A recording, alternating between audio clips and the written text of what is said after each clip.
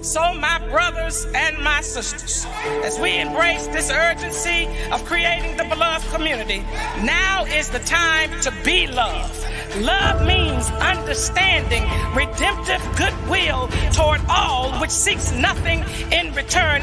So be loved by implementing the demands of justice to eliminate the school to prison pipeline that has so many black children entrapped. Be loved by correcting voting policies that seek to suppress the votes of millions of black and brown people.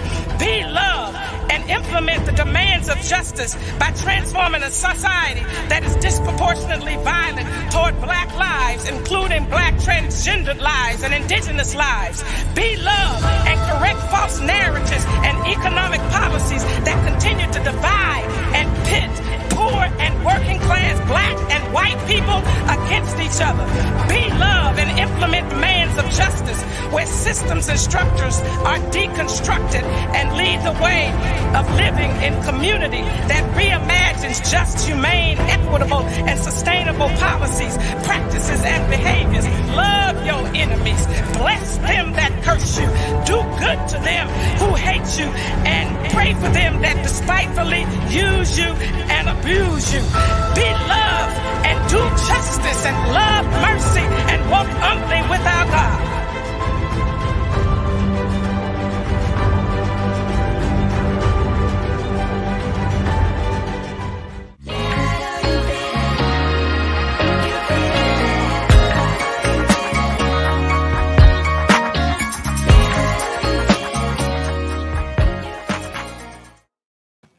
Good evening, everyone. Welcome to our second part of our housing crisis conversation.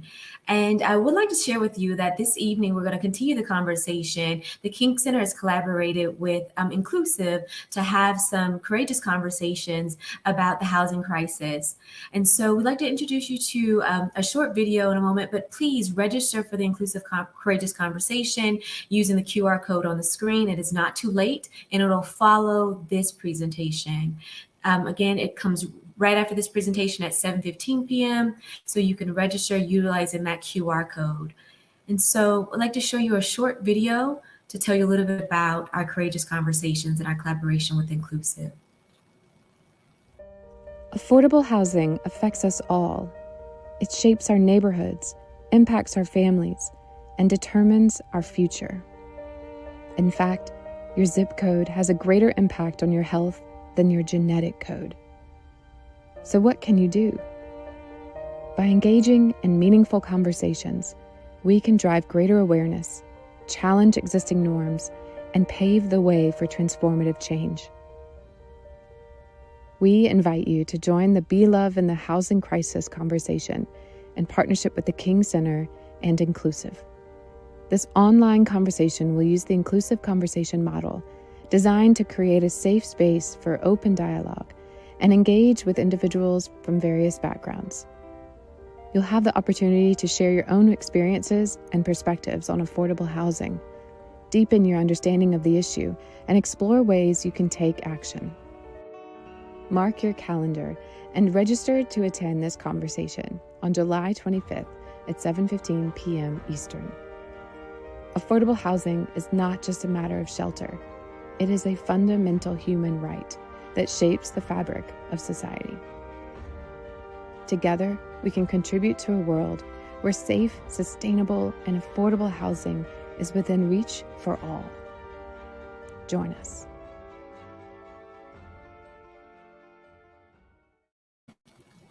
Good evening again. I'm Tirrany Thurmond, your moderator for this evening's conversation, part 2 of the housing crisis.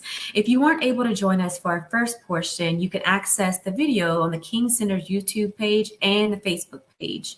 And so I'd like to tell you a little bit about what we were able to accomplish in our last conversation. We talked a lot about how we got here and what some of the challenges families and individuals are facing due to the current housing crisis. In part 2 of this conversation, we'll be discussing envisioning sustainable solutions that prioritize accessibility, affordability, and inclusivity, exploring the role of government, private sectors, and of course, community-based initiatives in orchestrating comprehensive policy frameworks to address the diverse needs and the aspirations of our community members. Drawing inspiration from historical precedents and acknowledging the legacy of the visionary leaders such as Dr. King, who relentlessly advocated for fair housing practices, we seek to reimagine a future where housing is viewed as not just a commodity, but as a fundamental human right. In this pursuit, we aim to foster an inclusive exchange of ideas and perspectives, driving us to create more pragmatic solutions and strategies that will ultimately lead us out of the shadows of the housing crisis and into brighter, more equitable housing for all of us. I'd like to introduce you to tonight's conversationalists who have a wealth of knowledge. Again, if you joined us for the first conversation, you may remember Stephen Menendian, who's currently serving as the Assistant Director and the Director of Research at the Othering and Belonging Institute at UC Berkeley. He also advises policymakers and organizers and organizations on diversity, equity, and inclusion strategies. We're welcoming to the conversation this evening Jonathan Wilson-Hartgrove, a spiritual writer, preacher, and community cultivator who currently serves as the Assistant Director for Partnerships and Fellowship at Yale University Center for Public Theology and Public Policy. He's also a leader of the Red Letter Christian Movement and the Poor People's Campaign, and the author of the book, Reconstructing the Gospel and the Wisdom of Stability. Thank you so much, Stephen and Jonathan, for joining us for this critical conversation. So many of us are looking forward to more sustainable solutions. Stephen, hi there. Good to see you again. Great to be back with you, Tirrany. Good, and welcome, Jonathan. It's great to meet you. Oh, wonderful to be with y'all. Thanks for inviting me into the conversation. Absolutely. So, Stephen, you were here for part one, and we discussed how we got here. I want to get your thoughts first on, what are some successful examples of innovative solutions that other cities are implementing, or even countries, that we can learn from in addressing affordable housing? Well, first, I think we should peel back the layers of the problem first. So we talked in our last conversation how there is really more than one crisis. We have a homelessness crisis. We have an affordable housing crisis. We have a housing affordability crisis, which is not the same thing. We have a crisis of a fair housing crisis, which isn't just about can people get into homes, but are they getting into homes that are inclusive, in communities that are inclusive, or segregated. And also we have a commuting crisis. We have crises where people are forced to live in neighborhoods that are far from their families, their churches and synagogues and temples, and far from jobs. So it's not just about getting people into a home. We want to get people into a home that's community rooted, community based, and has the array of amenities and supports that people need. It's not just, so there are empty, vacant homes out there, but we need to get people into a home that fits their needs and serves their, and connects them into community. So let's just deal with one of those problems first, which is the homelessness problem. Cities, particularly on the coast, are struggling with surging numbers of unsheltered people. One of the cities, surprisingly, that has done a remarkable job is Houston. So Houston has put together a phenomenal program.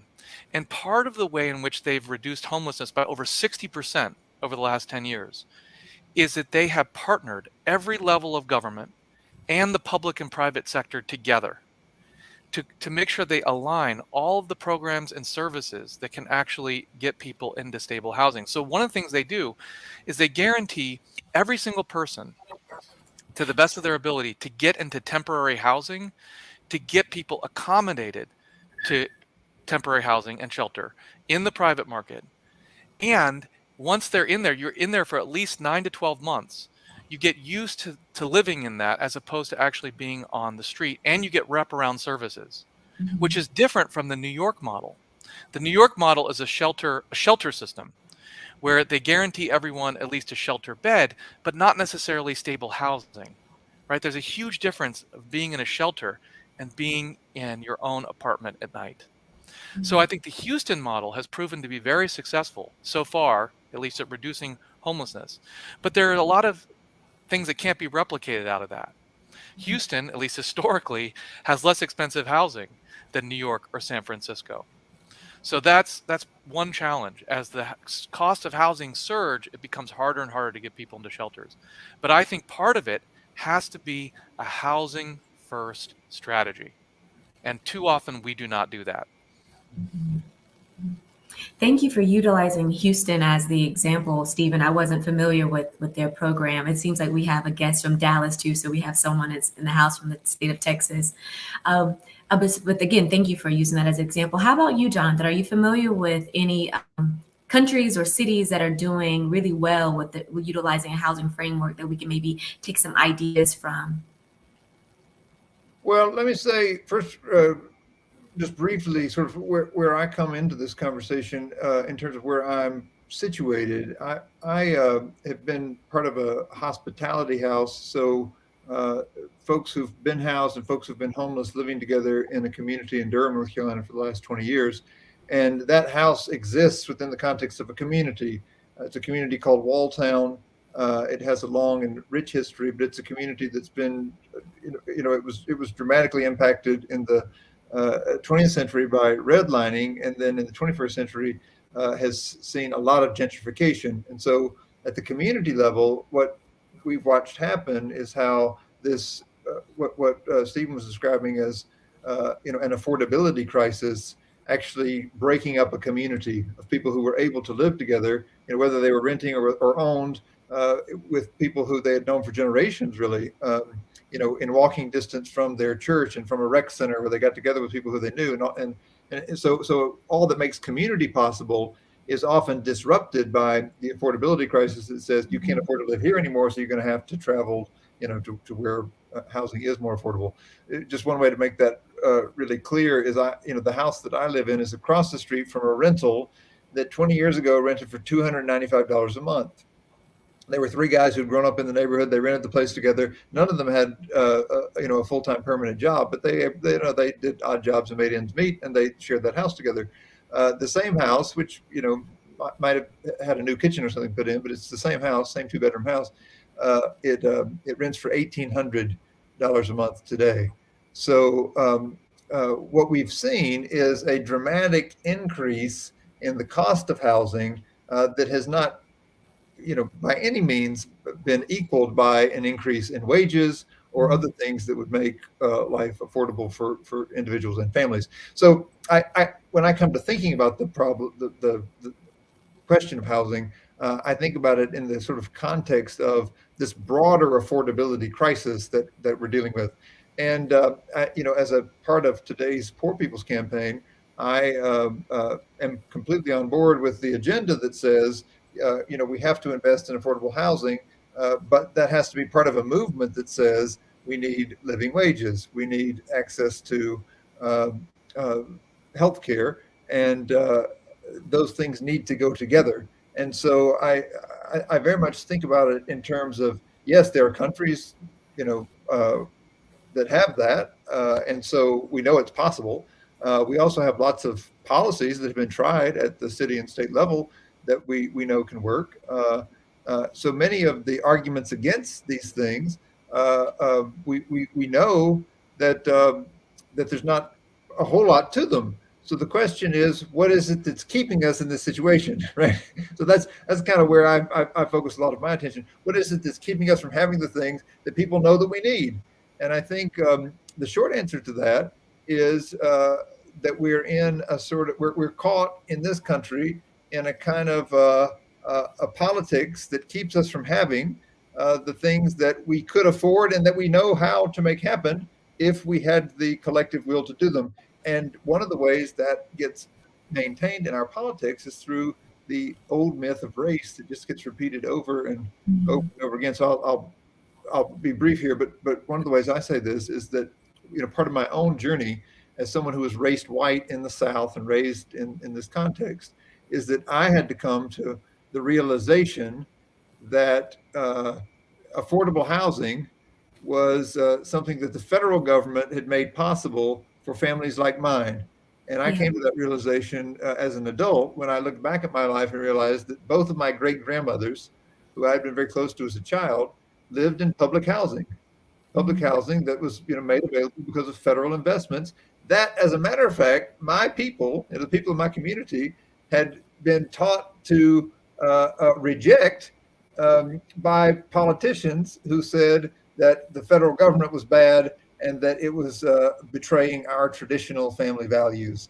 So there's a whole narrative here that I think has persuaded a lot of our communities to be pitted against one another, when in fact we need a collective coming together in order to make the investments that are needed to have things we need, like affordable housing. So that's sort of how I come to this question and think about it.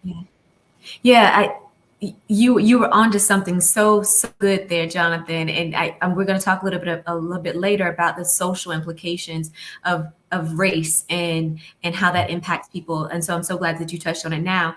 I think about something even personally for me and my own family. And Stephen, you said this a moment ago, even thinking about what it means to commute. It's so interesting. I never really thought about commuting being a part of the collective housing crisis. It's just so normal, and it's such a critical part of so many people's lives. And I think a lot of us really thought more about it during COVID, when we didn't have to necessarily drive to work. I'm thinking about, people that live outside of Atlanta and had to drive into the city. Or for me, at the time I lived in Baltimore and driving, closer to Washington, D.C., it just felt normal. So it's very interesting that you brought that up. I'm sure there are a number of people that are listening right now that are thinking, there's no way I could possibly live close to my job because it's too expensive, or the housing is too small, or just doesn't meet my needs. So, Jonathan, for this next question, I'm going to start with you. And you alluded to this a bit, particularly when we think about collective community and collective orientation. When we think about infrastructure and communities in terms of transportation and community resources to support improving community development and housing availability, what do you believe we could do to further support or advocate for an infrastructure in communities that's housing focused, that's housing first, that's also being considerate of transportation and those wraparound services? Well, a lot of it has to do with the patterns of people's lives, and I think listening to the patterns of working people. So a lot of the plans in cities that have been made for public transportation, if you talk to the people who actually do service work, often public transportation doesn't serve them very well. There's actually a wonderful story from the civil rights movement that we don't often apply to city planning, but I think it's a valuable lesson. In the Montgomery bus boycott, when the folks decided to stay off the buses, they didn't know how long they were going to have to stay off. And after they realized that these folks were going to fight them for a while, they had to come up with an alternative system to get people to work. Otherwise, people weren't going to have money. And the churches volunteered their vehicles, and some individuals did also. But the key thing that happened was the people who were using the buses sat down and planned where the cars were going to be and how the dispatch system would work. And what the people who used that dispatch system said is that it got them to work and back faster than the buses ever did. So when the people who were, using the services were involved in planning them, it was much easier for people to get to work. I think cities can learn from that, and some have, in terms of the public, not just the public, but in particular the people who use the buses or who use the trains or who use the light rail, or who might be the people who would use them, to involve those people in the planning of how the routes will run. And it can, so transportation can be a key in terms of building community if it helps people to get from where they are to the places where they need to be. And I think you have to listen to people in order to know how to do that at a systemic level. I agree. Yeah, I absolutely agree. You have to consult with people. And how about you, Stephen? Do you have any perspective on that, on transportation and building infrastructure? Well, the capacity to get from one place to another is really the key, right? And the kinds of infrastructure that we need to be connected to housing. So just because you may have a place to live doesn't mean it serves you well. If there's no public transit If you don't own a car, if there's no bus system and you're not close to a bus, you might have the most amazing home in the world, but it's not going to serve you. What we have right now is so many crises bounded up in housing. Economists and urban geographers calls this the housing fit mismatch or the spatial mismatch. It's the type of housing that we have isn't fitted to where people need to be. And so it results in things like super commuting. Think about the harms of sitting in traffic for 3 hours a day, an hour and a half or 90 minutes each way.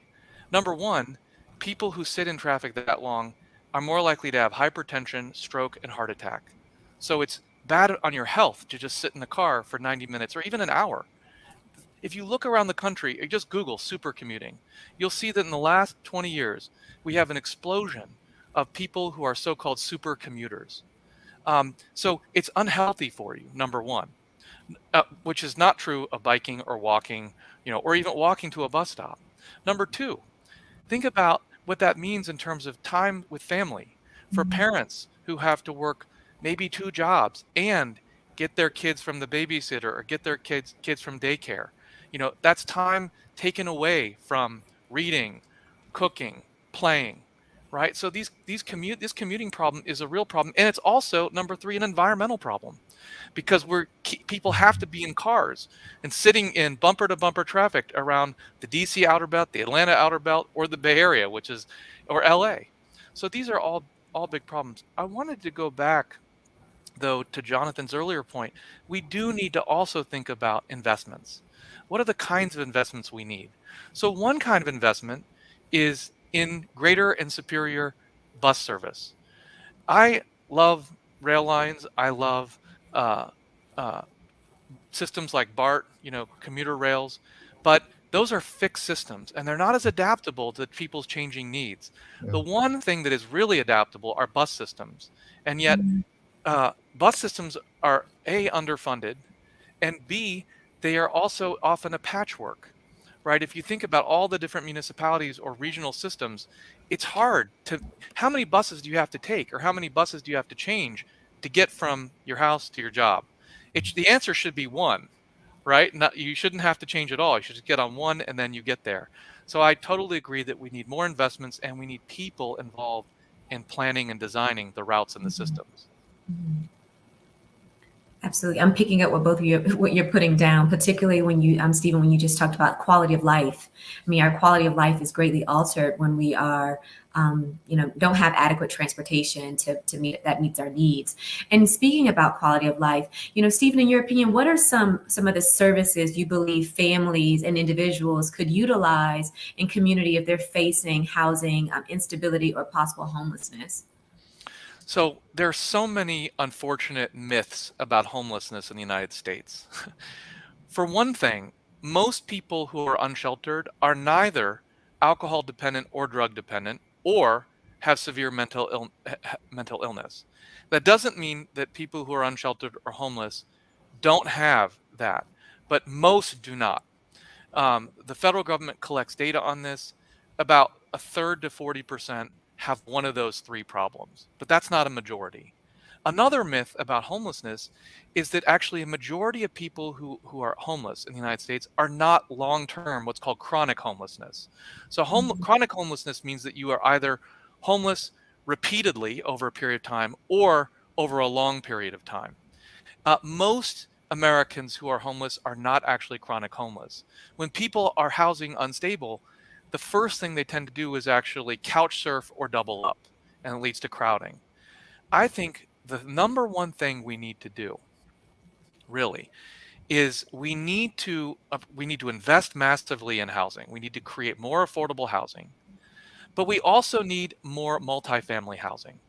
In this country, there are more 3-car garages than there are multifamily housing units. That's a crisis. We have to build more multifamily housing units so that people can live closer to jobs, closer to schools, closer to doctors' offices, groceries, and pharmacies. Instead, we have this obsession with building large single-family homes that they're not affordable, or these expensive luxury apartments.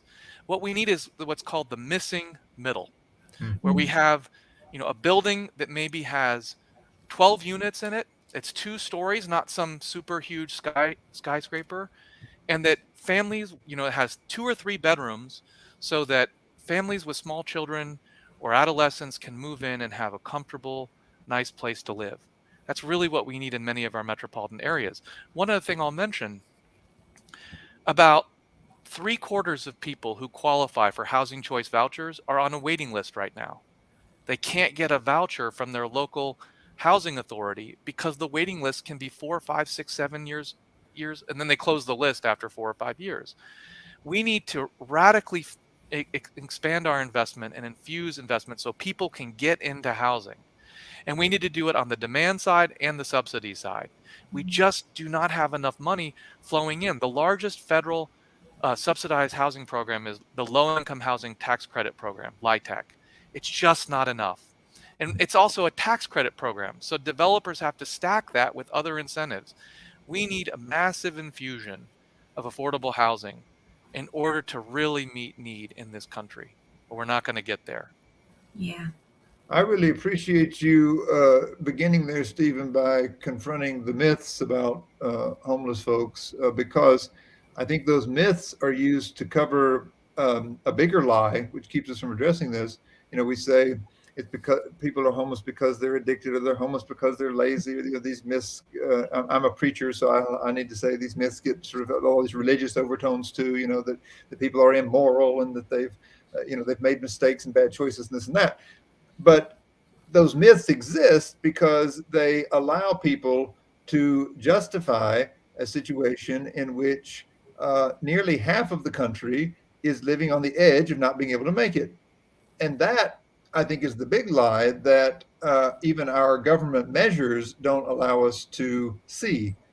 We talk about all of these federal programs in terms of the federal poverty measure, but it's severely outdated because in mid-1960s, somebody at the Social Security Administration said that you're poor if you don't have 3 times what it takes to feed yourself or your family or whatever the unit is for a month.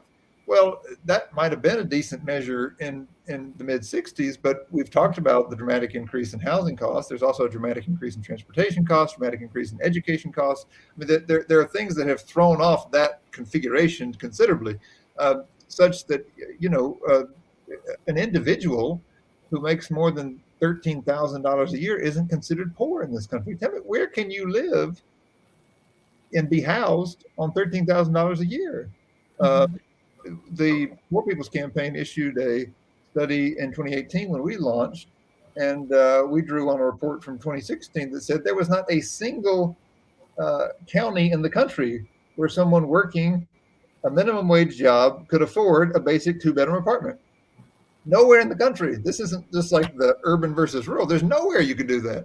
So that's just a way of saying this affordability crisis that we're talking about is a result of a kind of myth that we have allowed to continue, and often have lies that justify this myth. But this myth that the prosperous American life is available to most people. It's not.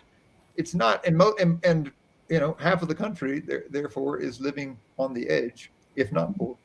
Yeah. Both of you have such valuable points and contributions. Particularly, I really, really appreciate, and I just have to echo what you just said, Jonathan, even to Stephen, about acknowledging those myths that exist, because it reminds me of something that Lisa said in our previous conversation. And again, if you're watching right now and you didn't watch the part 1, I strongly encourage you to. But one of the things that she brought up is that we as a society have a tendency to blame the individual and not be curious or interrogate the system that the individual is a part of. Mm-hmm. So all these myths about homelessness and individuals being, all of the labels that are unfortunate and despicable, but not being curious about what kind of system are we operating in that creates these outcomes for people to be unhoused. And Jonathan, speaking of that, you mentioned the Poor People's Campaign. I would like to know a little bit more about your experience with the Poor People's Campaign, in addition to your work with the Rutba House. Could you tell us more about it? Well, the Ruba House is a house of hospitality, and it really led me to the campaign because I have lived for 2 decades with people who, for all of the reasons Stephen mentioned earlier, became unhoused. I live in Durham, North Carolina, the city of medicine. One of the main ways people become unhoused in our city is they get sick and they go in the hospital, and especially if they're there long term, the bills become astronomical. They haven't been able to work. So if you were in any way vulnerable, which I just mentioned earlier, half the country is, you come out of a place like this without anywhere to go.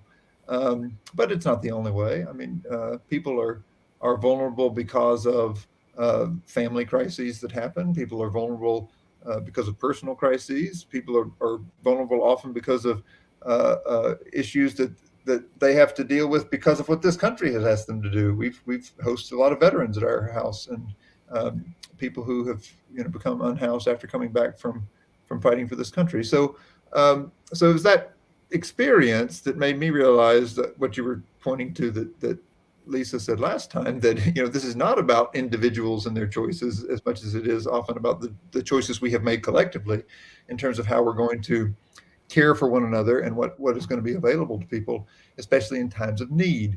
And as a Christian, I had to go back to the Bible. And one of the things I realized after knowing so many people's stories is that the prophetic books of the Bible speak directly to these systemic issues.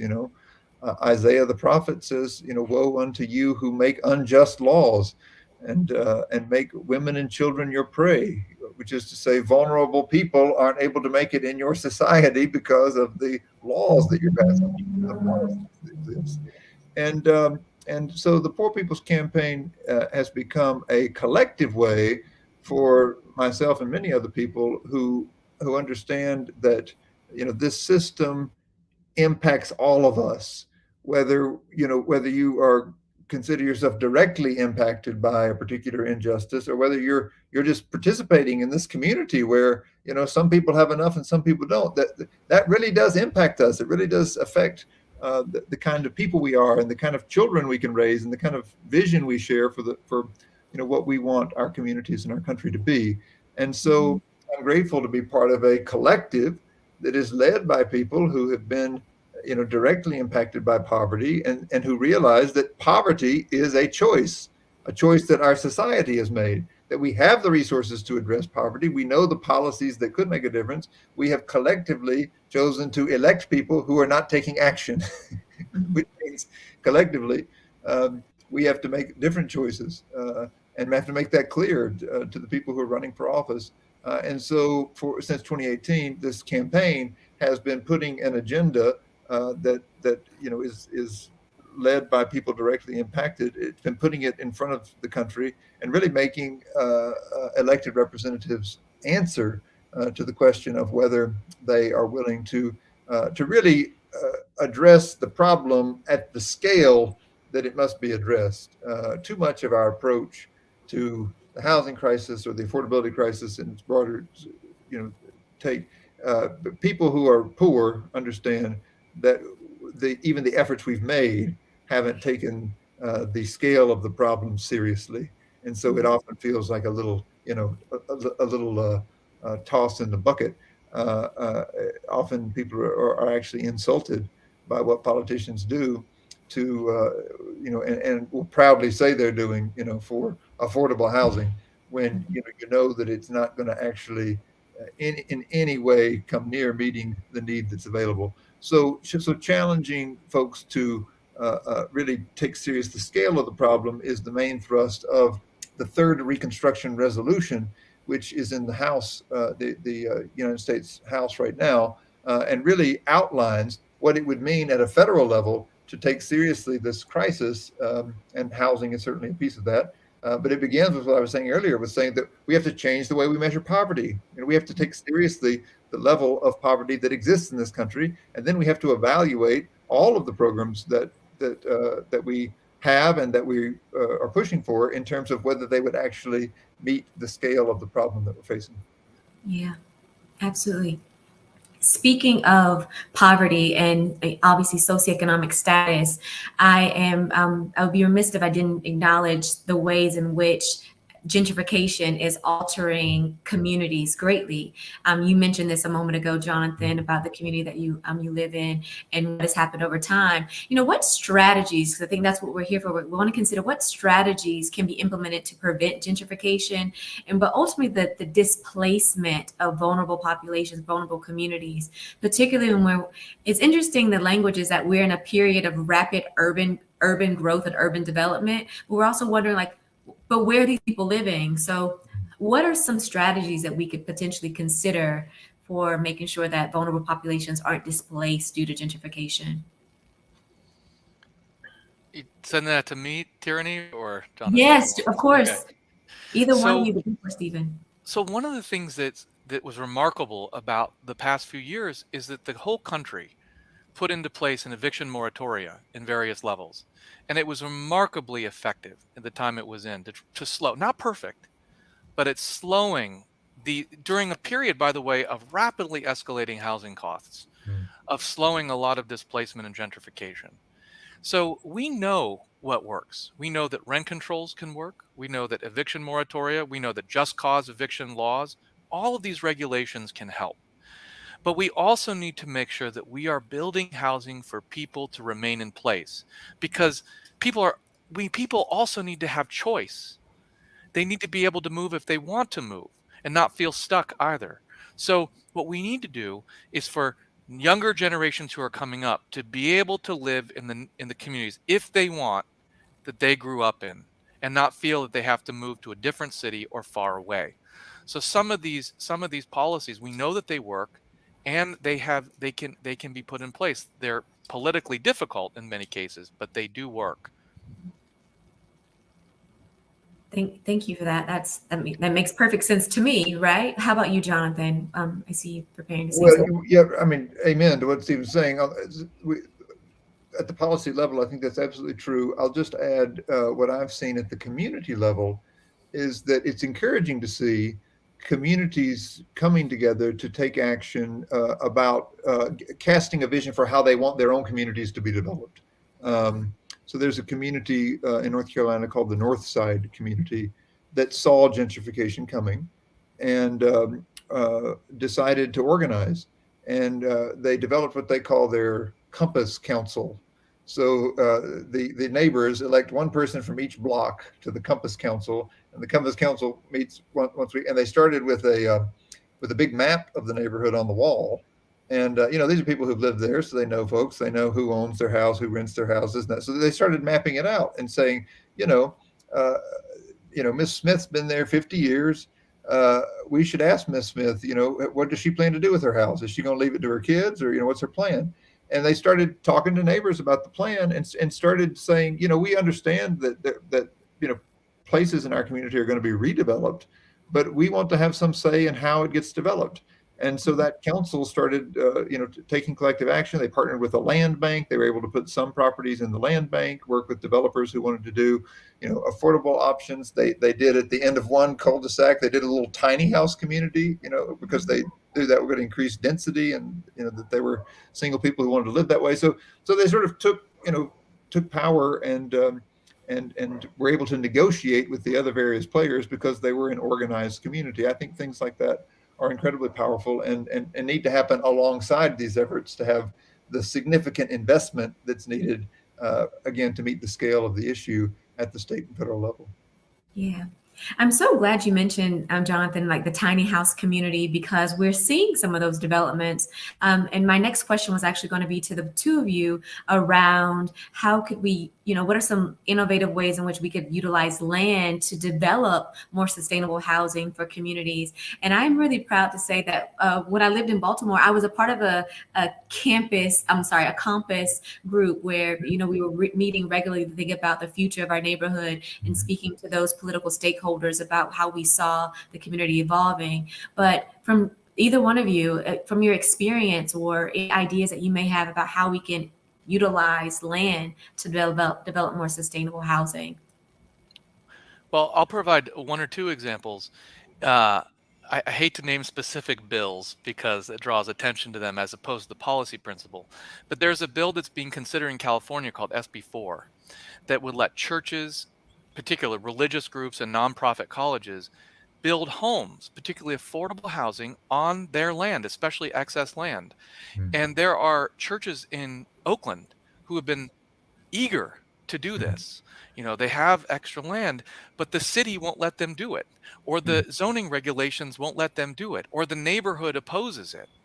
So we need to free institutions who have land to be able to develop for affordable housing purposes and not let wealthy, affluent, NIMBY neighbors oppose those developments because they don't want. Look, this is part of the problem. We have to mention this. So many communities don't want affordable housing in their neighborhood, and they don't want homeless shelters or resource centers in their neighborhood. And every community needs to have its fair share of affordable housing. It just has to. Otherwise, some communities shoulder all the burden of that, and that's not fair. So we need to make sure that institutions like churches and so forth are able to use their excess land to provide affordable housing, because there is a moral and, I'll say it, a spiritual imperative, for the reasons Jonathan mentioned, to do that. Yes, indeed. Absolutely. Churches in some places have, land holdings that are pretty incredible. And part of that is churches that are grappling with the issue of historic harms are dealing with the fact that some of that ownership, and the way that we talk about ownership in our society, is the result of injustice, right? It's the result of stealing land. It's the result of stealing bodies and using those bodies to make money that they used to buy land. So where churches are having conversations about what justice demands, of the congregation itself, it is encouraging to me to see that some of those, both individual congregations and denominations, are talking about just what you're saying, how not only they can use their land, but also invest their resources in affordable housing. From the pastoral side of things, I'll just say that I think the church needs to recognize that as an important part of its vocation as a community builder. Right, the church is called to be a community builder, and so much of what people think that's meant for so long in our communities is, it's a space where people gather once a week or twice a week, or it's a spiritual center. Well, there's some important things that happen there. I think the church has a role to play in that way. But man, you can build a lot of community by, just like Stephen was saying, creating not just housing, but housing that's more community oriented. A lot of shared family housing will have, private space, but there's a lot of stuff we can share. I mean, how often do you use the dining room in your house? I mean, a lot of, co-housing spaces have a big dining room so that, when people have their family reunion or people in town, they have a place that a large group can gather, but they also have a smaller space in their private area. Sharing recreational space and those kind of things. A lot of that can happen when churches and other groups invest in creating the spaces for community to happen and to make that affordable, and a vision for folks being able to share life from different income bases is very important. Tirrany, if I could just piggyback on that. So one of the things that a lot of Americans don't understand about housing is they think of housing as either you own it or you rent. A friend of mine did a study in Oakland recently that you can find on tenure types. And tenure is just a fancy legal term that means the different kinds of arrangements for owning or participating or residing in land. And his study found that there were over 56 tenure types in Oakland alone. There are co-ops, there are land trusts, there are all sorts of living arrangements that people don't necessarily think of, that aren't the simple, here's an apartment or here's a home. And Jonathan was just talking about that. Something I'd like to emphasize is that the homelessness crisis, and in fact the whole larger affordable housing crisis in the United States, is actually a fairly recent problem. Don't get me wrong, we've had a lot of problems in the United States for many years. Structural racism, institutional racism, Jim Crow, and poverty. We've had high levels of poverty for hundreds of years, but we've never actually had a homeless crisis like we have now. And there's two or three reasons for that. One reason for that is because we have completely shifted from multifamily and different housing arrangements. Used to have boarding houses, like Jonathan was sort of alluding to, where you could have dozens of families living in there sharing communal spaces, and SROs. Those are gone, largely gone, just disappeared. And we've shuttled people either into, again, apartments or single family homes. We used to actually have all sorts of communal living arrangements. We've gotten rid of that. And then, of course, deinstitutionalization contributed to this, right? We emptied our hospitals and psychiatric institutions in the 80s and left people just on the street. Yeah. So I want to emphasize that we've had poverty, and shout out to Jonathan alluded to Molly Orshansky, who was the census bureaucrat who came up with the measure of poverty, which is why the census now has a supplemental poverty measure. But we've always had poverty. We've never had homelessness like this, with the simple exception of the Hoover towns during the Great Depression. This is unique, nefarious, and new. Thank you for clarifying that and highlighting that, Stephen. I think that's really important because, I mean, even with you saying it, I had my own aha moment about all of this, thinking about census records, thinking about, what my family looked like, years ago versus how they live now. And for so many families, how they live now. So again, thank you for highlighting that. We could talk about this all evening long. So I really hope that many of you join us for the second part of the conversation afterwards. Also, many of you may be noticing there are some resources that are scrolling on the bottom of the screen. Those resources are provided by our panelists. So please check those out so that you can grow in your vocabulary and understanding of the housing crisis. And speaking a little bit more about that, even making it more personal to the King Center. So in 1966, Dr. King and his family moved into Chicago to get closer to the housing fight. And what are some actions we can draw from that experience? What are some actions we can take to draw attention to the struggle that people are contending with today? I think, Stephen, what you just did was great for me because I didn't think about that before. But what are some other things that we could do to make sure that people are aware of what's really going on? Well, one thing I'll mention quickly is that there are unions that are forming across the country, unions of unhoused people. There's a national homeless union. There's also national tenants union and local unions of tenants that are organizing. I think it's important to join these unions if you're someone in that situation. But it's also important to recognize, again, that these are issues that impact our communities. And so even if you're not a member of the union, you can support the union. And I think it's a good way to be in relationship with people who are literally fighting for a place to be in your community. And if you just believe, at your moral center, whatever informs your moral center, if you believe everybody deserves a place to be, then it makes sense to join the people who are fighting for a place to be. So join your local tenants union or union of the homeless and they all have demands and often have actions that bring the community together to make those demands known. One thing I want to add is that so Dr. King fought for so many issues. In the South, he was fighting public accommodation segregation. He was fighting for voting rights. But when he turned north, and particularly when he moved into the suburbs of Chicago, to fight for fair housing, he said, quote, "I have never seen, even in Mississippi and Alabama, mobs as hateful as I have seen in Chicago," he told a reporter.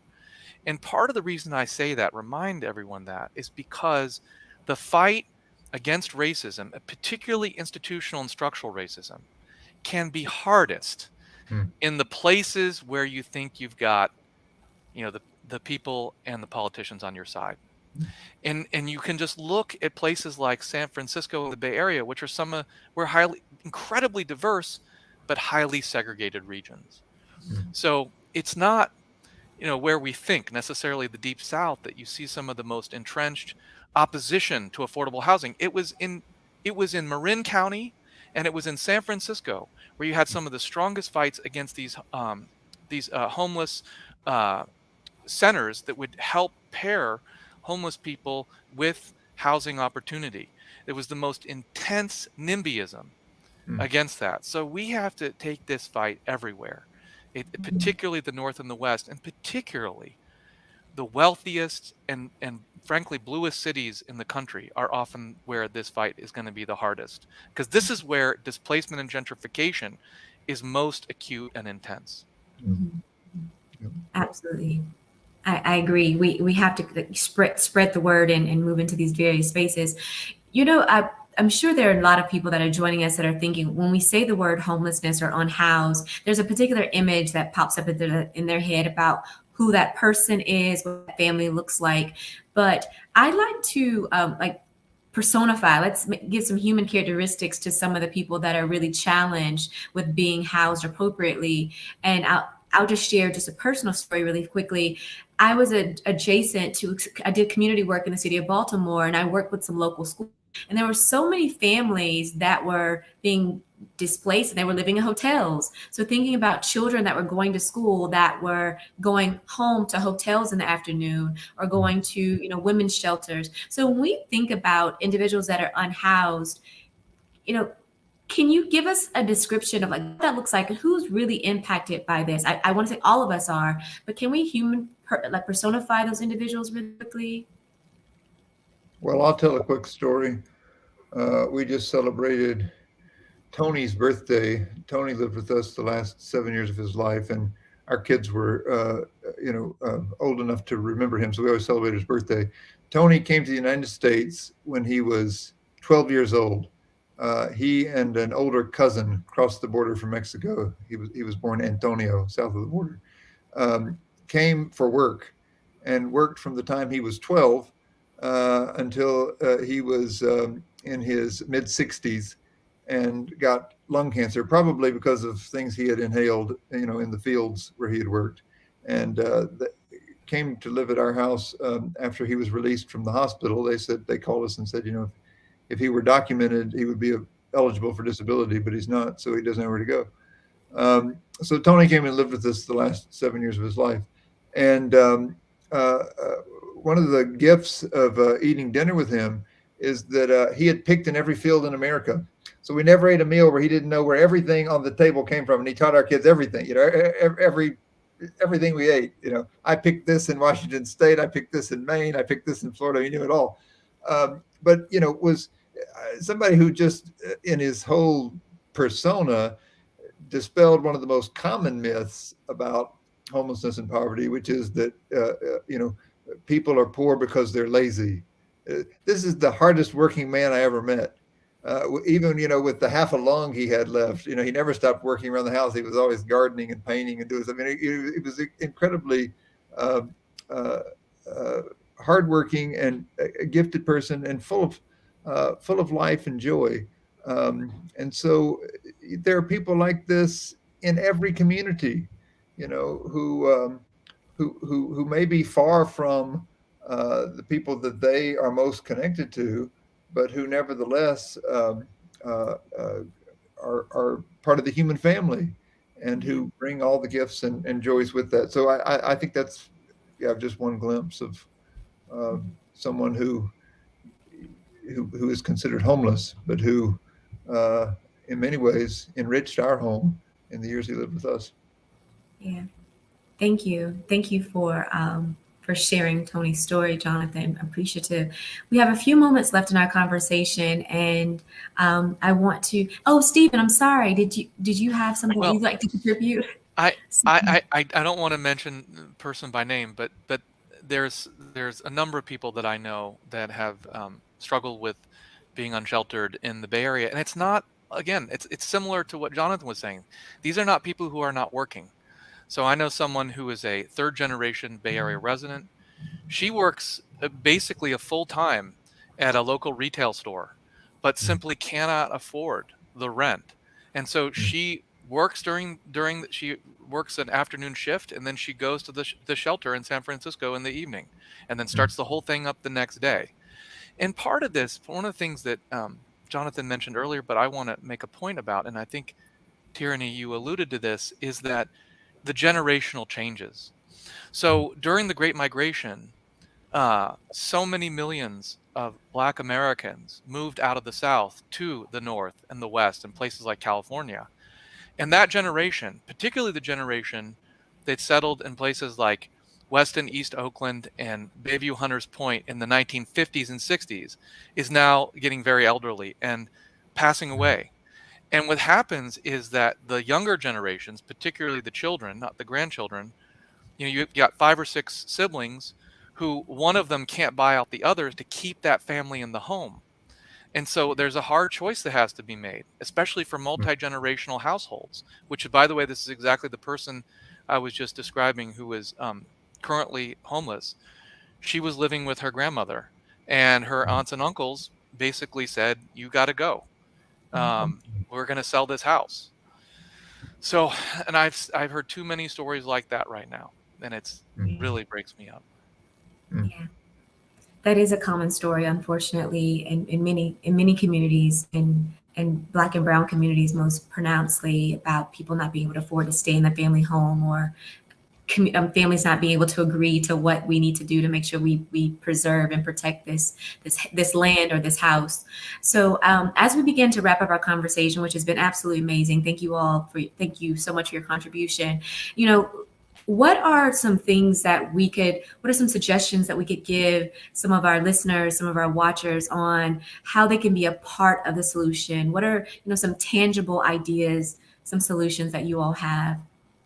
Maybe on the communal level, individual level, systemic level? Either one. Jonathan? I'll just say real quickly, one, try in whatever way you can to know neighbors who are fighting for a place to be. I think it's incredibly important just to relationally stay in touch with your neighbors who, as I said earlier, this is incredibly difficult because these folks are crying out collectively. So you can find, the local organizations that are doing this and stay in touch.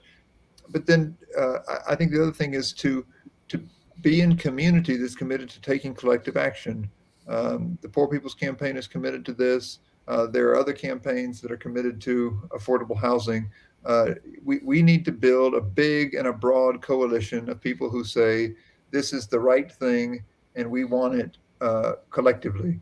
And so plugging into that and staying connected is incredibly important.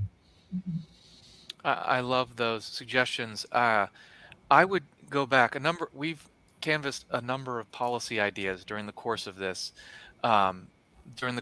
wonderful hour. But in terms of what individuals can do, is number one, if your city or municipality is thinking about or there's a proposal for affordable housing or a relocation center or even a shelter, think about those people more than the property values. Because this is what happens, is that the NIMBYism so much, the not in my backyard sentiment is so much driven by, I'm worried about what this will do to my property values, as opposed to thinking about housing as a human right. So we have to make sure, especially in our blue cities, that there is affordable housing in every neighborhood. And when a development proposal comes up, think very carefully about whether you are opposing it for selfish reasons or some other reason. So that's what we can individually do, is go to those meetings and support these proposals, whether it's an affordable housing development. There are all sorts of developments that are 50, 60% affordable built into it. And still you get mostly neighbors coming out screaming about how terrible it's going to be. If you show up in support of that at your planning meeting, you can't imagine what a difference even one voice can make. Thank you so much. Thank you, Stephen, for your contribution and being with us for both sessions. Thank you, Jonathan. It was a pleasure to meet you and have your contribution this evening. It was a pleasure to hear both of you. Thank you both. Yes, absolutely. And I hope that our watchers and are found some empowerment throughout this conversation and can make an impact in their community. So thank you for this beloved community talk. Remember, if you're looking for ways to get involved and with addressing the issues of affordable housing, please stay online for our virtual courageous conversation that starts at 7:15. Remember, you can scan the QR code that's on the screen and go ahead and register and join that virtual dialogue. You can also get involved by visiting the King Center's website and donating to support programs like the Beloved Community Talks. And finally, it is not too late to take the Beloved, Be Love, a challenge and pledge. Again, if you missed any part of our conversation, the first part of the conversation is you can watch it on the King Center's YouTube and Facebook. And this recording will be available tomorrow on the King Center's YouTube page as well. Thank you all for joining us. And together, let's create a world where injustice ceases and love prevails. I'll see you at 7:15. Affordable housing affects us all. It shapes our neighborhoods, impacts our families, and determines our future. In fact, your zip code has a greater impact on your health than your genetic code. So what can you do? By engaging in meaningful conversations, we can drive greater awareness, challenge existing norms, and pave the way for transformative change. We invite you to join the Be Love in the Housing Crisis conversation in partnership with the King Center and Inclusive. This online conversation will use the inclusive conversation model designed to create a safe space for open dialogue and engage with individuals from various backgrounds. You'll have the opportunity to share your own experiences and perspectives on affordable housing, deepen your understanding of the issue, and explore ways you can take action. Mark your calendar and register to attend this conversation on July 25th at 7:15 p.m. Eastern. Affordable housing is not just a matter of shelter. It is a fundamental human right that shapes the fabric of society. Together, we can contribute to a world where safe, sustainable, and affordable housing is within reach for all.